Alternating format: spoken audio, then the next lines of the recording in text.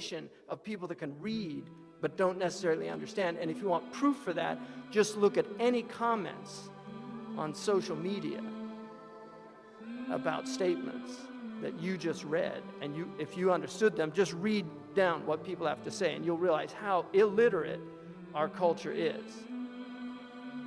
He said that he read history. He read Will Durant's Story of Civilization, a multi-volume history of the world. He read H.G. Wells' Outline of History. He read Herodotus. He read Arnold Toynbee. And there was a brilliant library that he said would have been the envy of colleges and universities that had been donated to the prison. You can see the divine hand in the education of this man. He said he read philosophy. If you go to Alcatraz and visit Alcatraz, they have a little prison library in there. The books aren't there anymore, but on the wall it says the inmates were particularly interested in philosophy and would check out Kant and other philosophers. He said he read Kant, Schopenhauer, Nietzsche. He was particularly struck by Spinoza. And one of the things that he said, that he felt that Western civilization had ended up in a cul-de-sac. And I don't think it could be summed up any better than that, the crises of Western civilization. But he was once asked, he also got into African American history. He read W.E.B. Du Bois. And he read his about the soul of black folks, and also read Carter Woodson's Negro History. He read a 3-volume book on race and sex and race. He also said that he read Mendel's book on genetics several times, particularly passages from it. And he said the book made clear to him that you could not get a black man from a white man, but you could get a white man from a black man, which substantiated his belief that the first human beings were dark, which according to our tradition, Adam, Udmat al-Ard, Adam is tawny, it means dark, and Hawa means black. So it wouldn't be at all inconsistent with our understanding of the first people, and we now know that they were probably from South Africa. So we're all Africans, right? Tell that to the crackers.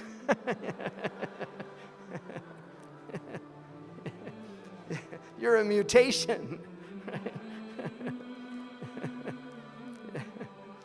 Melatonin deficiency. Some people say that that's part of the problem with the behavior, is it's just a deficiency. I would argue that he had a far superior education to many of the PhDs and college graduates. He definitely knew rhetoric. He knew logic. You can clearly see his knowledge of logic is displayed constantly in his argumentation, his pointing out fallacies, logical fallacies. Somebody accused him of being a communist. He said, why would you conclude that? And he said, you spoke at the socialist, at some venue of communists in New York. He said, I spoke at Dr. King's church. Does that make me a follower of Dr. King? He said, I spoke last week at the Methodist church. Does that make me a Methodist? Right? This is logic. So when he said, every time I catch a plane, I have with me a book I want to read, right? And that's a lot of books these days. If I weren't out here every day battling the white man, I could spend the rest of my life reading, just satisfying my curiosity, because you can hardly mention anything I'm not curious about. I don't think anyone got more out of prison than I did. In fact, prison enabled me to study far more intensely than I ever would have if my life had gone differently and I had attended some college. I imagine that one of the biggest troubles, listen up, Zaytuna students, one of the biggest troubles with colleges is there are too many distractions, too much panty raiding, fraternities, and bula and all that. This man did not get to the Oxford Union, where I spoke at the Oxford Union.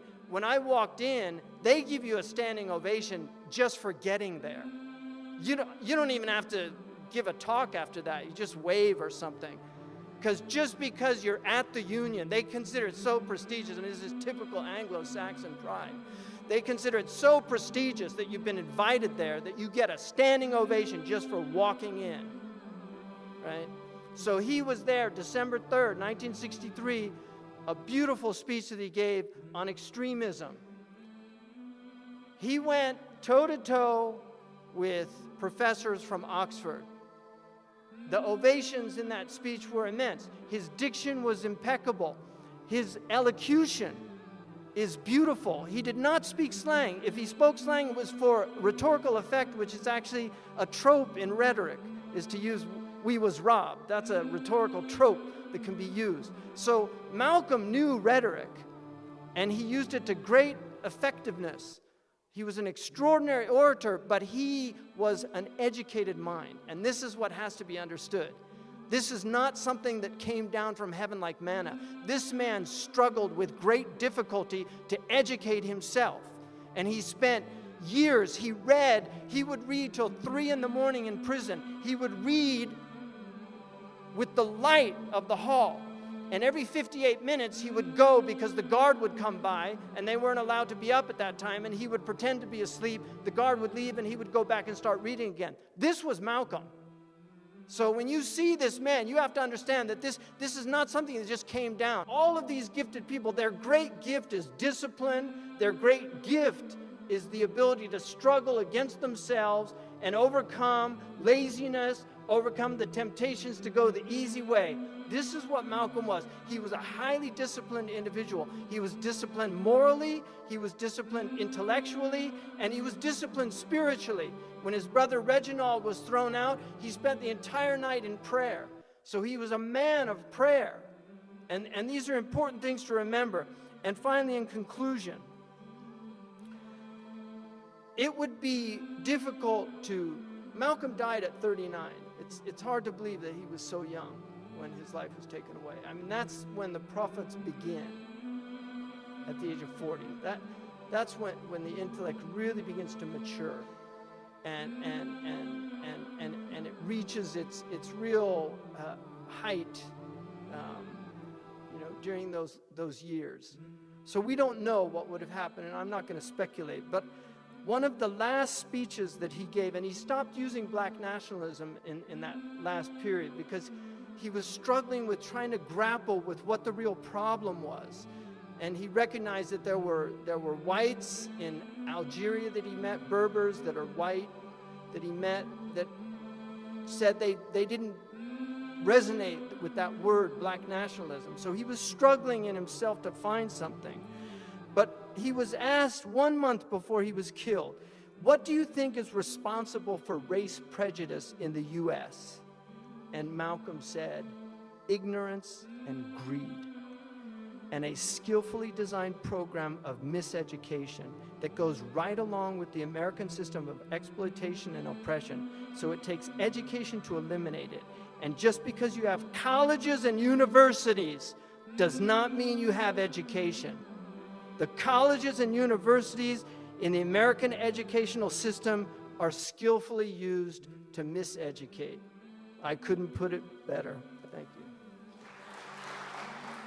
I think a lot of people are confused by the new Arabic name, El-Hajj Malik El-Shabazz. I've always had the name on my passport, Malik El-Shabazz, only I only used it in the Muslim world. Well, Hajj is a title that is given to any Muslim who makes the pilgrimage to Mecca during the official Hajj season. Well, will you now use Shabazz and drop X? I'll probably continue to use Malcolm X and I'll probably use it as long as the situation that produced it exists. You don't feel that Shabazz takes the place of X?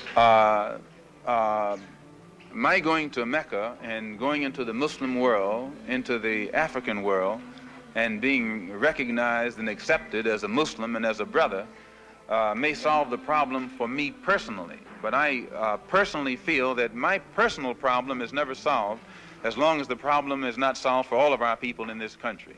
So I remain Malcolm X as long as there is a need to protest and struggle and fight against the injustices that our people are involved in this country.